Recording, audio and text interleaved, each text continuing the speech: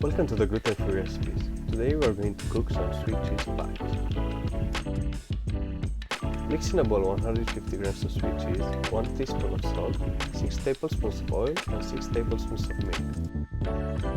In another bowl mix 300 grams of gluten-free pastry flour, 100 grams of cornstarch, 70 grams of baking powder and slowly add the initial mixture. If you think that the dough is too dry, add some more oil and milk. 1 tablespoon of guar gum,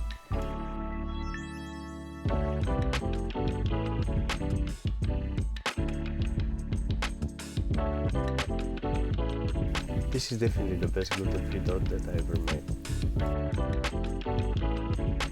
Shape it up like a ball and then cover it for 15 minutes. In another bowl, add 150 grams of sweet cheese, 2 tablespoons of sugar, 1 egg, 1 tablespoon of cornstarch and a lemon peel.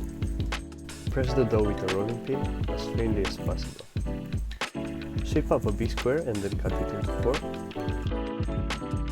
Add a tablespoon of the mixture and you can add some raisins or dry fruits inside.